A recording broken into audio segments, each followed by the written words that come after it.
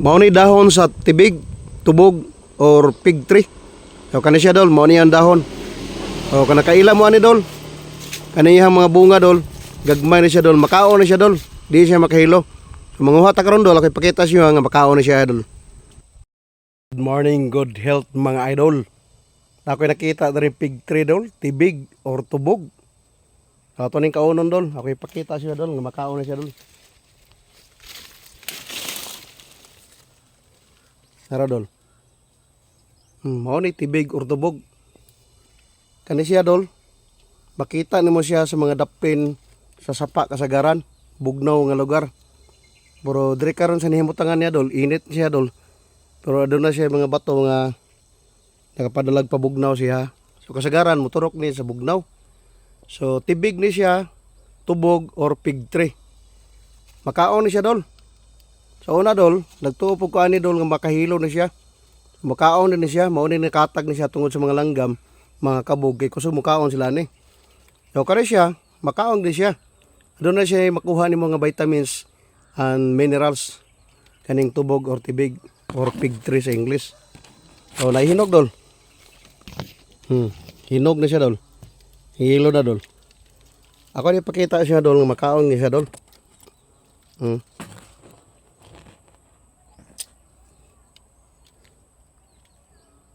Dol. Tamis siya dol. Mo niyang liso. Mo niyang tunga niya, ha? Fig tree, tubog or tibig. Kaon ni dol. Tamis. Pinulog. Dol.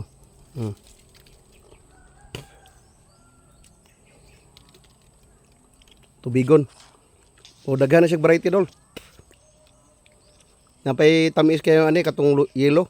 O katong medyo purple ang mahinog na siya.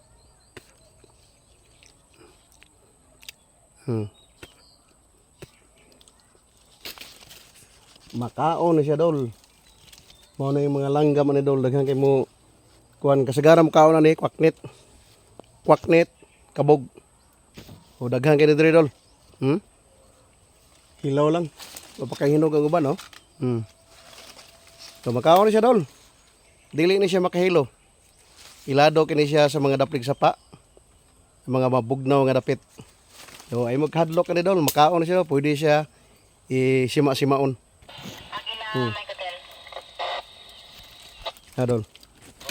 So gahi lang iyang unod uban. So ay kabalaka makaon na siya.